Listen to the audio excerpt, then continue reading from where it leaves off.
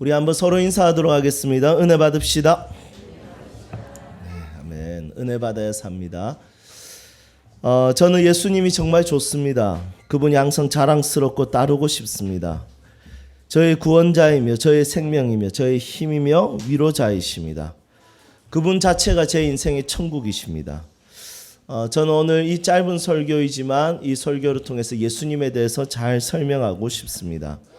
여러분들도 유교적인 자세로 예배 시간에 떠들면 다른 사람에게 방해가 될까 봐 예배를 견디게 하지 마시고 오늘 이 예배 가운데서도 그분에 대해서 듣고 그분으로 인하여 기뻐하고 즐거워하는 시간이 되기를 기대합니다.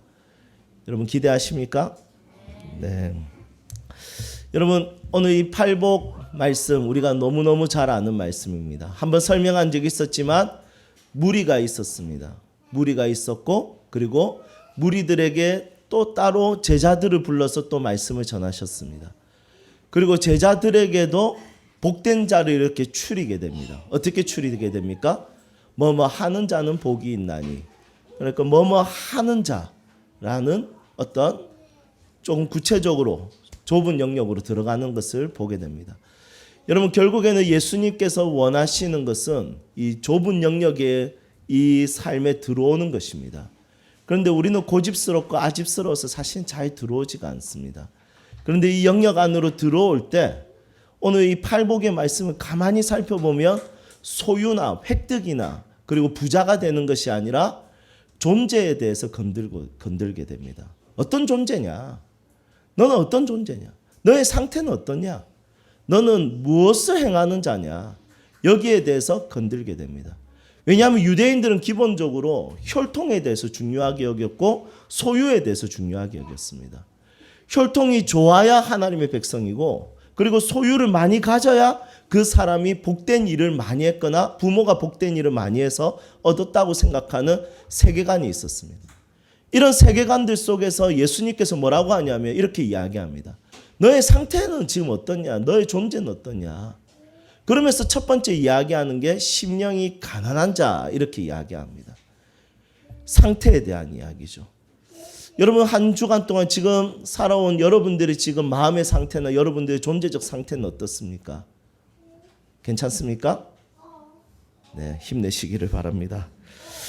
여러분 2000년 전에 예수님을 머물게 했던 예수님의 걸음을 멈추게 하고 머물게 했던 곳은 호화롭고 사치스러운 곳이 아니었습니다.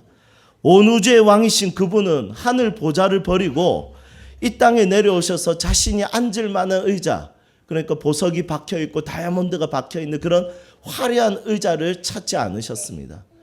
대부분 예수님이 앉으셨던 의자들은 다 가난한 집의 사람들이었고 가난한 동네였습니다. 그때 권해철 선교사님 설교했다시피 예수님이 자주 머물었던 지역은 베단이라는 지역이었고 그 지역의 뜻이 낮은 곳이라는 뜻입니다. 그래서 예수님은 그런 동네에서 가난한 사람들을 만났습니다. 그런데 물론 부유층의 사람들도 있었습니다. 대표적인 예로 마가의 다락방이었습니다. 마가의 집이었습니다. 여러분 마가의 집은 보통 집이 아니었습니다. 120명이 함께 기도할 수 있는 놀라운 대궐 같은 집이었던 것 같아요. 그런데 이 예수님은 대부분의 삶의 모습들, 앉았던 의자들을 추론할 때 예수님은 화려하거나 다이아가 박혀있는 그런 집이 아니라 그런 의자가 아니라 굉장히 가난한 집에 여러분 어떤 의자겠습니까? 여러분 의자를 가격을 한번 살펴보면 정말 천차만별입니다. 저희 교회 의자 너무 편하지 않습니까 여러분? 저희 교회에서 예배 드리는 사람들 다른 교회에서 예배 잘 못 드립니다. 제가 다른 교회에서 예배 드려봤거든요. 팔을 놔둘 데가 없더라고요. 그리고 의자가 이렇게 좋지 않아요. 등에 뭐 장의자의 등에 뭐 쿠션이 조금 있는데도 분명히 있긴 있지만 저희 교회는 한번 의자에 앉는 순간 다른 교회 가기 조금 힘듭니다. 왜냐하면 제가 다른 데서 예배를 드려보니까 성경을 놔둘 데도 없고 필기할 곳이 없더라고요 진짜. 그래서 여러분 그렇지만 이 의자들은 다 싼 거예요. 개척교회가 어떻게 비싼 의자를 하겠습니까? 그런데 어떤 의자는 150만 원, 200만 원짜리 이런 의자도 제가 종종 본 적이 있습니다. 만약에 예수님이 이 시대에 지금 만약에 육체로 오신다면 예수님 어떤 의자를 선택하실까요? 저는 제 개인적으로 좋아하는 의자 장인이 있습니다. 덴마크의 한스 베거너라는 의자 장인인데 제가 이 사람 좋아했던 이유가 뭐냐면 이 사람이 이런 이야기를 했습니다. 의자는 누군가가 앉아야 완성된다. 참 멋지지 않습니까? 그러면서 막 90만 원에 팔고 이렇게 하거든요. 누가 앉아요? 누군가가 앉아야 완성이 되는데 웬만한 사람이 못 앉도록 이렇게 의자를 팔더라고요. 저도 Y체어 이런 한스 베거너의 이런 Y체어 같은 거에 굉장히 관심을 많이 가지고 검색을 하고 왜냐하면 이제 직업 자체가 제가 가지고 있는 이 자체가 목양실에 오래 앉아 있으니까 이런 의자에 관심이 갈 수밖에 없습니다. 그런데 예수님은 이 땅에 오셔서 어떤 곳을 보좌로 삼으실까요? 만약에 저희 교회 놀러 오시면 제가 일주일 전부터 이제 돈을 수금을 해서 한스 베거너의 그 Y체어를 준비해서 예수님 이 자리입니다. 90만 원. 딱 이렇게 하면 좋을 것 같지만 아마 예수님은 그 의자를 거절할 것 같습니다. 왜냐하면 예수님은 태어나실 때도 마구간의 말밥통을 보좌로 삼으셨기 때문입니다. 예수님은 이미 2000년 전에 돌아다니면서 예수님이 앉았던 의자는 그렇게 근사한 의자가 아니라 꽤 낡았고 꽤 가난한 집의 의자였기 때문입니다. 북유럽 사람들은 손님들을 초대하고 그리고 추위로 인해서 집에 있는 시간이 많기 때문에 가구에 대해서 굉장히 민감하고 음식에 대해서 굉장히 민감합니다.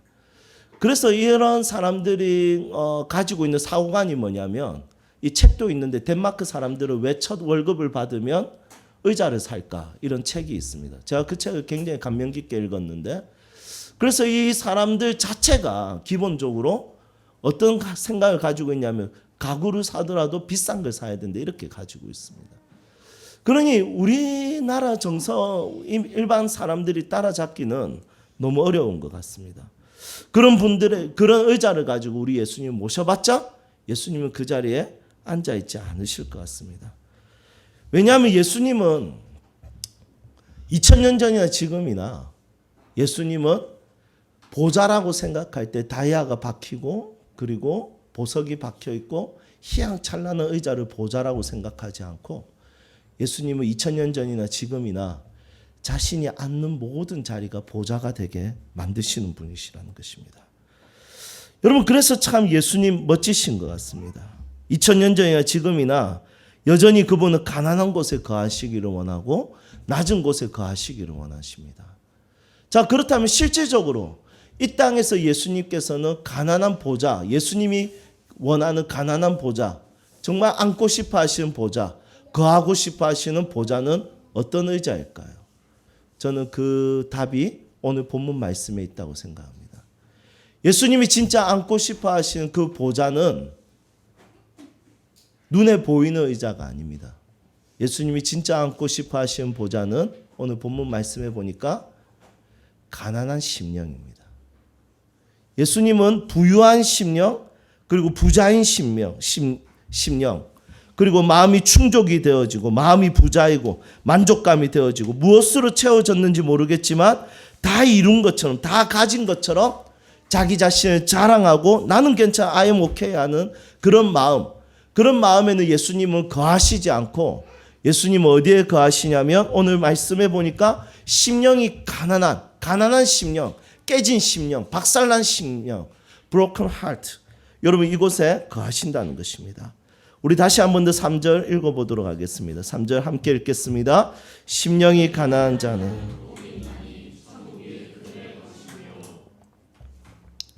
2000년 전에 예수님께서는 눈에 보이는 가난한 사람들과 함께 식사하는 그 의자에 앉으셨지만은 2000년이 지난 이 시대에는 예수님은 어디에 앉으시냐면 철저하게 궁핍한 마음에 거하신다는 것입니다. 깨지고 박살나고 파괴된 마음의 공간에 예수님이 함께 하신다는 것입니다. 그렇죠. 우리의 마음에는 두 가지 영역이 있어요. 하나는 부자인 마음이 있고 다른 한쪽은 깨지고 박살난 마음이 있습니다. 한쪽 마음은 너무너무 나는 괜찮아. 나는 너무 만족해. 이 마음으로 인해서 예수님을 앉지 못하게 하는 마음이 있는데 누구에게나 또 다른 마음을 가지고 있어요. 그 마음이 뭐냐면 깨진 마음이에요. 상처받은 마음이에요. 허무한 마음이에요. 고통받은 마음이에요. 그런데 이 마음을 우리는 어떻게 생각했냐면 이 깨지고 이 고통스럽고 이 가난한 마음을 쓸모없이 여기고 나를 우울증 걸리게 만들고 나를 절망하게 만드는 필요 없는 마음이라고 생각했는데 오늘 말씀해 보니까 심령이 가난한 자 그 복이 있다고 되어 있는데 왜냐하면 예수님이 거하고 싶어하는 마음이기 때문입니다. 이 예수님이 거하고 싶은 마음을 오늘 이 본문 말씀에 뭐라고 되어 있냐면 너희들은 천국을 가졌다라고 이야기하는 거예요. 여러분 이 천국이 뭡니까? 헬라어로 바실레이아 톤 우라논입니다. 하나님의 다스리심, 그러니까 예수님의 다스리심, 예수님의 통치하심, 예수님의 치유케 하심, 예수님의 위로하심. 여러분 이것을 심령이 가난한 자들은 가졌다는 것이죠.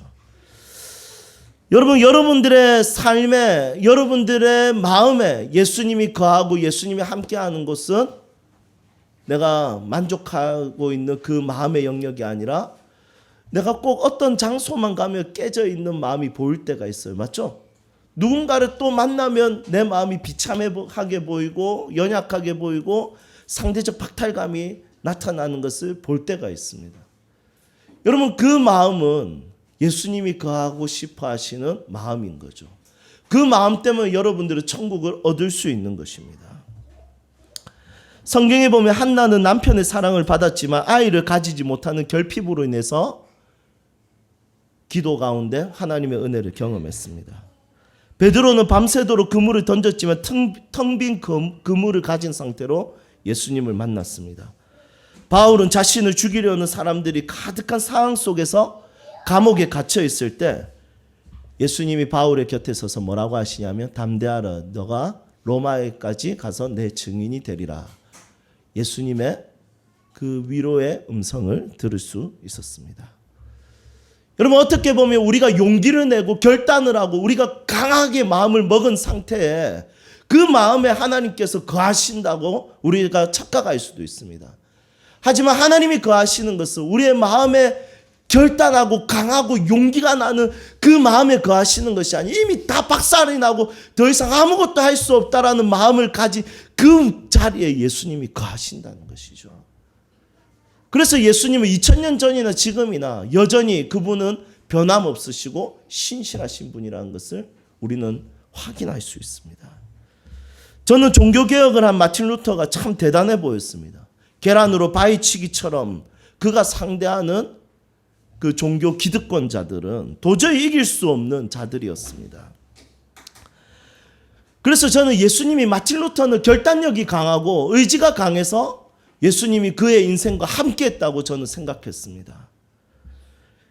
마틴 루터가 하면 된다, 할 수 있다 이런 대단한 각오 예수님이 기뻐하셨다고 저는 생각했었습니다. 하지만 그렇지 않은 것 같습니다. 마틴 루터가 힘들어했다라는 내용들이 마틴 루터의 일기나 기록에 보면 참 많이 기록되어 있습니다. 예를 들면 마틴 루터가 굉장히 힘들어하고 낙심해서 우울했을 때 갑자기 마틴 루터 아내 폼보라가 막 울기 시작합니다. 그리고 옷은 상복을 입고 막 통곡을 합니다. 그랬더니 마틴 루터가 왜 상복을 입었냐고 누가 죽었냐고 이러니까 이 폼보라가 뭐라고 하냐면 당신이 그렇게 절망하는 걸 보니까 하나님이 죽은 것 같아요. 여러분 루터는 절대로 결단력이 강하고 의지가 강해서 하나님이 그 자리의 마음에 거하셨던 것이 아니라는 생각이 듭니다. 마틴 루터는 또 이렇게 고백합니다. 마틴 루터는 나는 결심한 마음이 하루에 10번도 바뀌었다. 나는 여러 번 결심했는데 하루에 10번 이상도 이게 바뀌었다라고 이야기합니다. 이런 자료들을 봤을 때는 마틴 루터의 마음이 용기가 가득하고 누가 봐도 위대해 보였던 그 마음에 예수님이 함께했던 것이 아니라 도전하고 해봤는데 잘 안 되고 깨지고 상처받고 어렵고 더 이상 못하겠다 싶은 그 마음에 하나님께서 함께 하셔서 위로하시고 고쳐졌다는 것을 보게 됩니다. Broken heart, 고장나고 깨진 마음. 성경이 심령이 가난한 자, 그 가난한 심령을 예수님이 비웃지 않으시고 너 조금 더 용기 내봐야 되지 않아? 너 빨리 결심해, 결단해. 뭐해?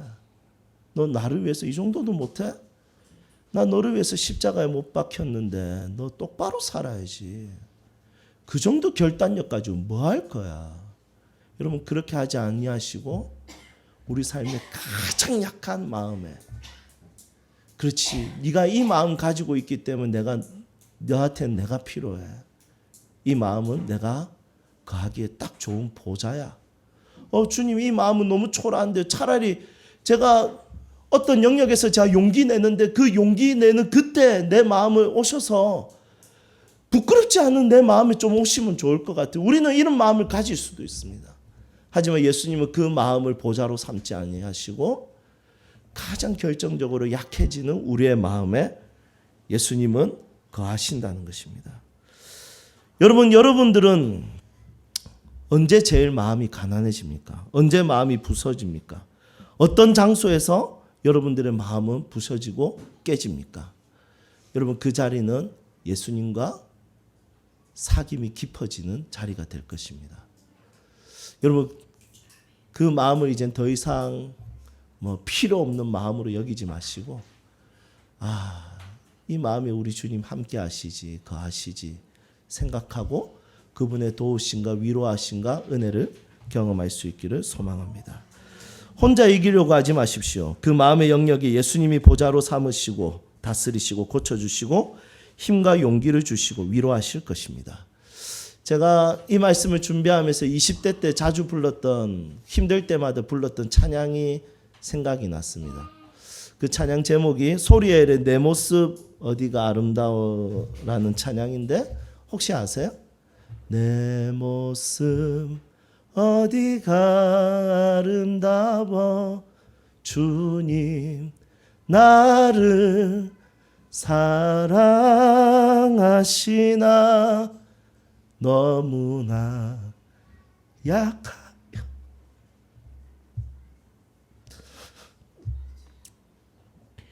너무나 부족하여 너무나 눈물 많아